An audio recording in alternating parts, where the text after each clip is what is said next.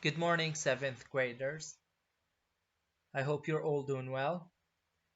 Yesterday, we finished the Global English, and as usual, today we will launch the Cambridge Checkpoint book. So, before we start, your books should be with you, and now we will begin with the objectives.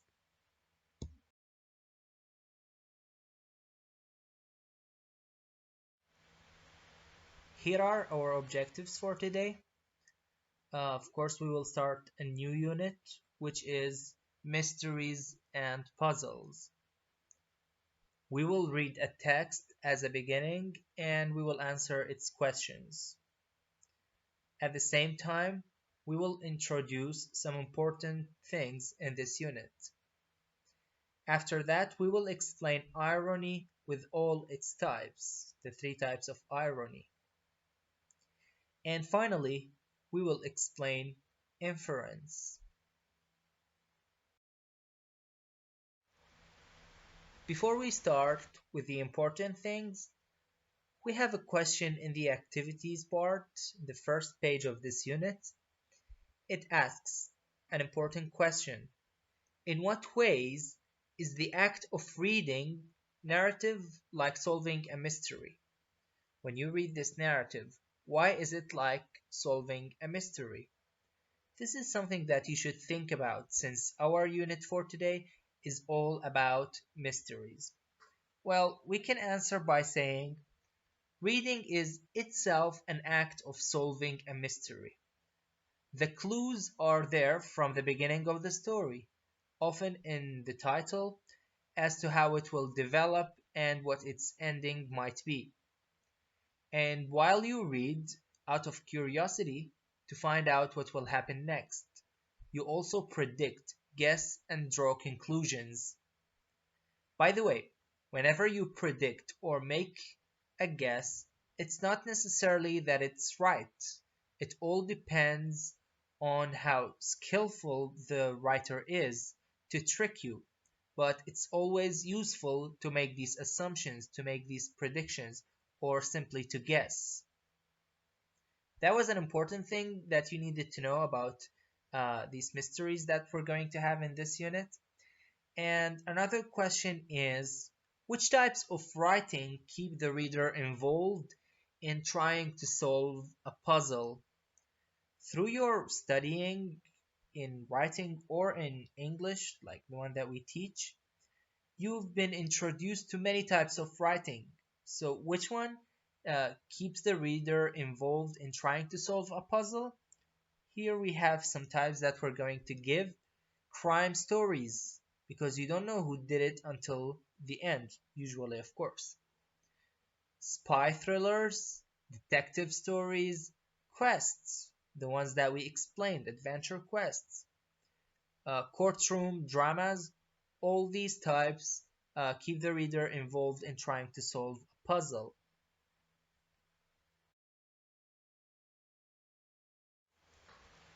This text on page 125 is the one that we're going to be working on most of this lesson. So let's read it together first, and then we will analyze some parts of it. So we have it is guess what happened. So we already know that there will be a mystery by the end of it. So let's start reading. If anyone has forgotten anything, said Dorothy, as their heavily laden car drew away from the house and headed for the motorway, say so now or forever hold your peace. By the way, you notice that the story started with a conversation. And this is one of the ways that we said to make your writing interesting is to start it by a conversation, by a dialogue. So the character here, Dorothy, said it. So you know from now that these people are going somewhere, Dorothy and her family. Let's read and see what will happen. Will we be in time for the ferry? Asked Susan, the youngest of the three children, on the back seat. You notice here that the characters are being introduced. Dorothy, and then you have Susan. We will get to know all the characters by the end of it. We shall if we don't have to go back to turn off the bathroom tap, said her mother. So we have the mother too. Last year, it had been the bathroom tap. The year before that, someone had broken a window just as they were leaving. And the year they went camping, they left a dozen tins of cat food behind for Oli. So notice here that there is a cat called Oli, but took the tin opener away with them, to the considerable inconvenience of the neighbors who came in to feed their pet. Holiday departures will always occasions of stress and error, but this year, said Dorothy, we seem to have got away without a hitch. Notice that by reading it so far, that this family, whenever they go to a vacation or something, they always find troubles in their way.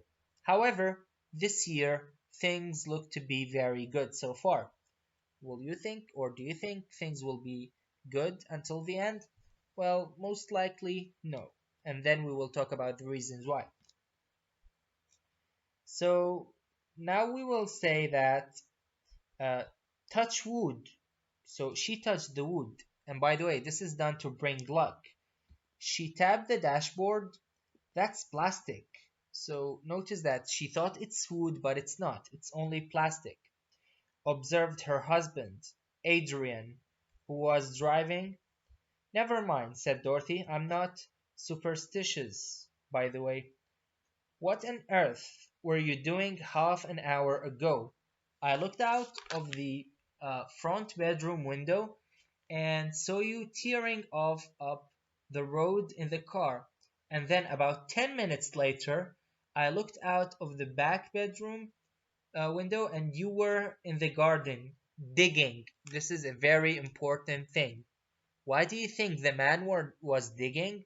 We will find out later. I'll tell you later, said Adrian.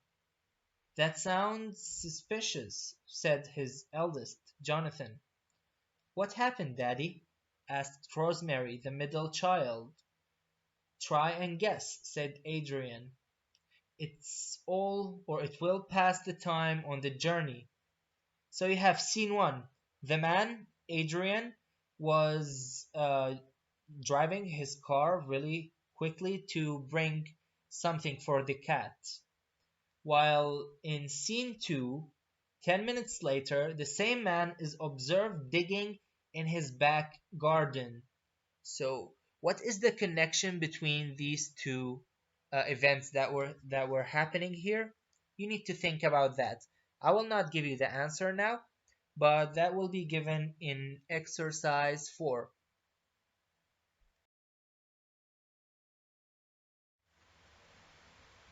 Before we solve all these mysterious things that were happening in the previous text, let's know first some of the solutions for exercise 3. So exercise 3 is mostly about sounds. The book wants us to find several or many words that have the same sound. So for A, we need to find the sound E. So we have here anyone, anything, said, heavily, headed, ever, ferry, went. All these sounds until the end, they carry this vowel or the sound which is e, not the letter, the sound. Remember that. As for B, the question is uh, to find the odd words. So the odd words here are gear and heavily because they give a different sound. And finally, for C, we will find the word or sorry the sound of a. So many words are here: anyone, someone, youngest. You see the sound a is keep coming. That's actually not required from you right now, but it's just a good way to pronounce words in a better way. Here we come to the important part, to explain irony before we can solve anything. What is the meaning of irony? Well, irony is used as a figure of speech, so we can add it to all the figures of speech that we had. What's the definition? Irony is a form of figure of speech in which the person delivering the ironic statement says something which is completely opposite to what they mean or what the reality of situation is. So you say something and the opposite happens. And by the way, it's not that simple because it contains three types. That's why we're going to explain all the three types of irony here. We have verbal irony, situational irony, and dramatic irony. It's really simple and fun. So let's start with the first type. The first type is verbal irony. And when we say verbal irony, it means something that is being said. So, what's the definition? When someone uses a phrase that is verbal irony, they are expressing a meaning which is contrary to the actual reality. They may say something which is the complete opposite of what is meant. So let's give some examples so that things would be clear. If it's raining outside, you might someone say, "What a lovely weather we're having at the moment." Well, when it's raining, the weather is not good or it's not that nice. So this person, when he's saying that, he means the opposite, that it's awful weather. Let's give another example. If somebody says a very stupid idea, and you come to him and tell him, "Wow, that was genius, how smart you are." So by saying this, you're meaning the opposite. You're telling him that his idea was completely stupid. This is the use of verbal irony, meaning the opposite of what you say. Now we would know the other type, which is situational irony. Let's read the definition and then we will give examples. Situational irony is again a literary device. Situational irony is sometimes which refers to a situation regarding what is expected to happen and what actually happens. This irony lies with the expectation of the outcome of a situation when in reality something completely different happens. Irony can be used as a sarcastic sense to display the opposite. So again, it's the opposite, but this time it's not about something that is said. It is something or a situation that happens. So let's give an example here. The example would be that you are about to do a test and you do it and then you expect to pass with a good mark and then you fail in a miserable way. So this is situational irony. You expected something, but something or the opposite happened with you. We will have more examples about that after this. Last type is dramatic irony. Dramatic irony occurs in everyday life when a situation is happening and yet the person within the situation is unaware of what's occurring. So, simply, before we take the example, dramatic irony happens when the audience or the readers know something that the character doesn't know. He's unaware of what's happening. So the example here, if a person were to be mocking a friend for losing his wallet, but did not realize that he had also lost his own wallet, this would be a dramatic irony. He doesn't know that this happened to him.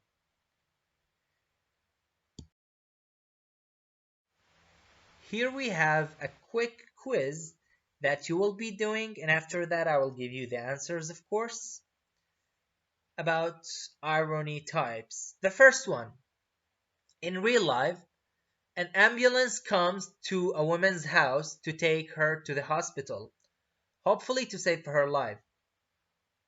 On the way to the hospital, the ambulance is hit by a semi truck, and everyone on board the ambulance is killed, including the women.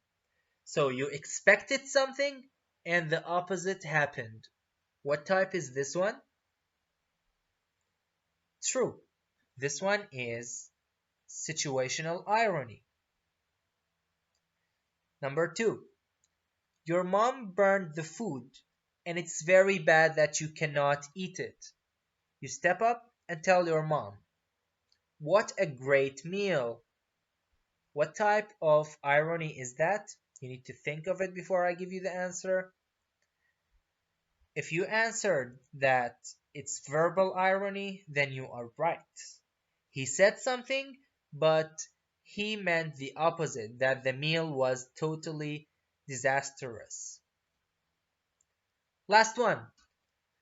A movie you are watching shows a woman jogging in the woods. The next scene shows a mountain lion lying in wait down the path where the woman is jogging.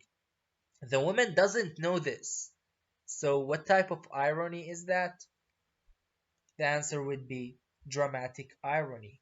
The character doesn't know, unaware of the situation.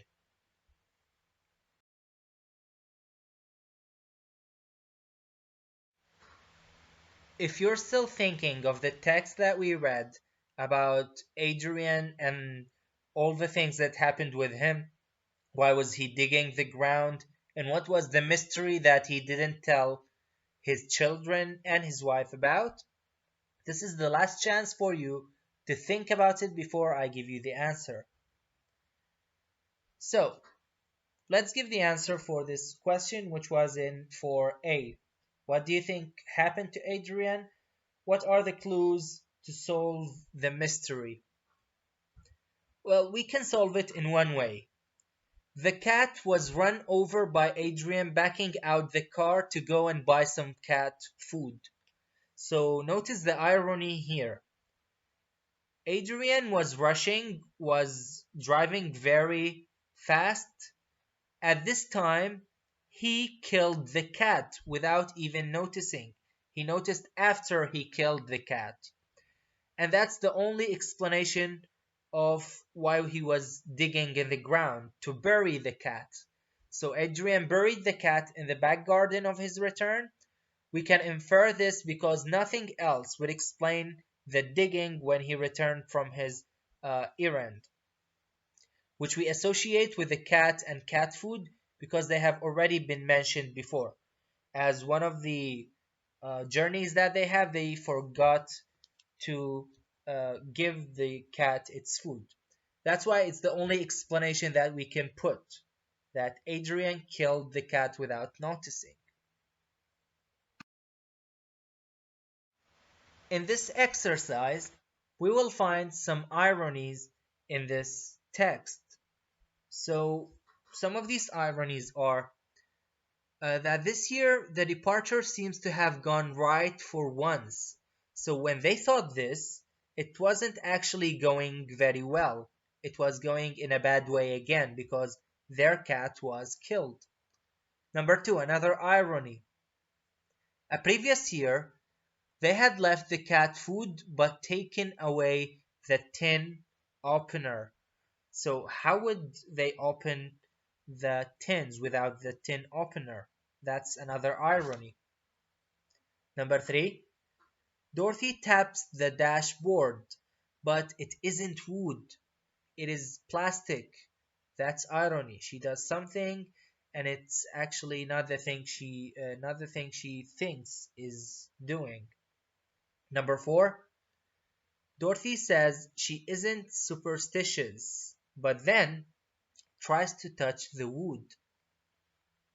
Finally, and the most important, of course, Adrian killed Ollie, the cat, while he was going to buy this cat's food. So he intended to do a good thing while the opposite happened. This is again situational irony. The last point to be explained here is inference. Readers should take the obvious, explicit information that the writer already gave, but at the same time, they should notice the implicit information. Implicit mean uh, things that are not obvious. Readers should pay attention to the clues. Each story, mysterious one, contain clues. They're given by the writer, and we should solve the mystery. We will find out what can these clues be, like what? For example, one of the clues can be the choice of words. Another clue could be the way the character is described. If he is, for example, described as, um, for example, demon, then probably he would do a bad thing. Another thing is how the characters speak. If they speak in an intimidating way, again, you will know that they will do something bad. If they speak in a naive way, you would think that these are very simple and wouldn't do this bad thing. So you could find out many things about how characters speak. And finally, if the story is spoken, then the tone of the narrative is also important to know. If the speaker is saying it in a fun way, then something nice is going to happen. If it's in an, again, scary way, you would also have a clue about the ending.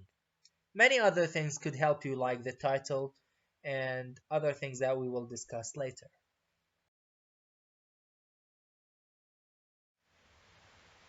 Since we knew the information about this family and what happened to them so far, about their cat being killed without they know it, now we will infer, since we said that good readers should infer what will happen by noticing the clues. So the question is, can you infer what will happen to the family while they are in the holiday? It means, will the holiday be nice or it will be completely disastrous? Well, we can infer that the holiday will not be a successful one for several reasons. Adrian has killed their pet, so the start was inauspicious, which means it was unlucky. Another reason is their belief that their departure was better than previous ones invites the reader to think that they have tempted fate to prove them wrong. So they thought it's going to be nice. Actually, it will not be nice at all. Fate will do its turn. And finally, the children are likely to be upset when they know that their cat, their pet, was killed.